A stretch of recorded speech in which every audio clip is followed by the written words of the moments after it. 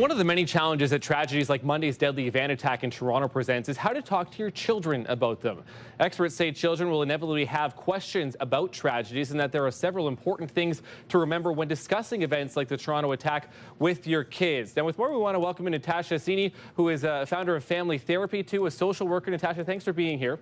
I know this can be very difficult, right, too, at different points to be able to talk to children about this. And we do have a couple of points. So first of all, let's talk about just, again, starting that conversation with them. What's the biggest thing for parents to know and to remember? It's really important for you to actually prime the children with questions.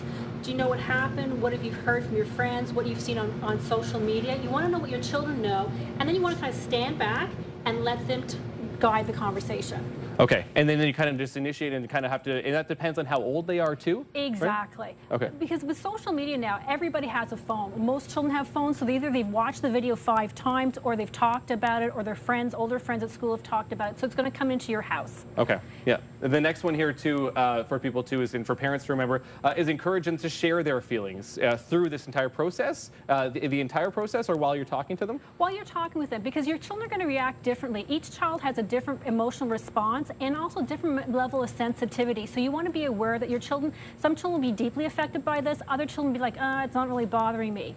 And as a parent or a caregiver, you want to make sure you manage your own emotions, because the kids are going to feed off of your emotions.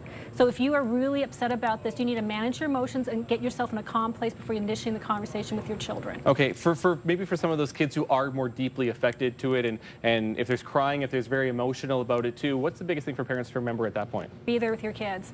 Accept their emotions, allow them to talk about them, validate their emotions and their feelings and their concerns. I mean, your children may have exaggerated concerns that every card's going to run them over. Listen to them, validate them, and then reassure them that they're going to be safe. I was going to say that brings us to our third point, right? Yes. It is about reassure your children throughout this entire process too. Absolutely. I mean, the thing is, you know, bad things do happen in the world, but we are surrounded by a lot of people who care and love us and keep us safe. So we talk to the children about who keeps us safe in our environment and what are the safety measures. So if you know some concrete things they're doing, like maybe they're putting up barricades, you can talk to your children about that. So reassurance is really important. We're going to be safe. Not everybody in the world's bad, and there are good people working to solve these issues, and I'm always here for you. You can talk to me at any time, and if you have any concerns or any feelings about this, I'm here for you. I guess the biggest thing for again, all very good points, is that it depends on how old your children are, right? It's going to be different when they're younger about how much they know, or if you have teenagers in the house. So how do you approach that differently, or just quickly here too, for approaching the different age levels? So for younger children, you want to just be very simplistic and very clear about things, not a lot of detail. You want to encourage your children not to watch videos. The older teens, you want to find out what they've been seeing, what they're talking about, because when you see things on social media, you may jump to conclusions, and you want to be, as a parent, to fill in those gaps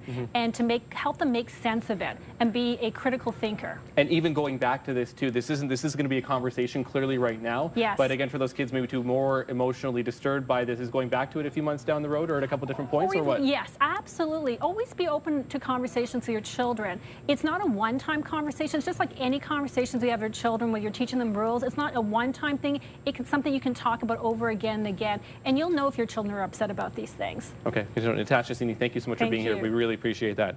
Time now for